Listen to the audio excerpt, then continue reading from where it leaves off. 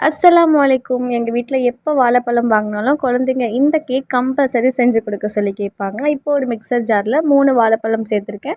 நான் இன்றைக்கி ஏலக்கி சேர்த்துருக்கேன். நீங்கள் எந்த பழமாக இருந்தாலும் சேர்த்துக்கலாம். இது கூட 1 கப் அளவுக்கு காய்ச்சி ஆற வச்ச பால், 3/4 கப் சர்க்கரை சேர்த்துக்கோங்க. 1/4 கப் ஆயில், 1/4 கப் தயிர் சேர்த்துட்டு வெனிலா எசன்ஸ் சேர்த்து அரைச்சி எடுத்துக்கலாம். அரைச்சதை ஒரு மிக்சர் பவுலுக்கு ட்ரான்ஸ்ஃபர் பண்ணிவிட்டு இதில் 1 கப் மைதா, 1/4 கப் கொக்கோ பவுடர், கூடவே 1 teaspoon baking powder, 1/4 teaspoon baking soda, கொஞ்சம் ஃப்ளேவருக்காக காஃபி பவுடரும் உப்பு கொஞ்சம் சேர்த்துட்டு நல்லா மிக்ஸ் பண்ணிக்கலாம். எந்த கப்பில் நீங்கள் எண்ணெய் அளந்தீங்களோ 1/4 கப் அதே கப்பில் சுட சுட தண்ணி சேர்த்து நல்லா மிக்ஸ் பண்ணி எடுத்துக்கோங்க.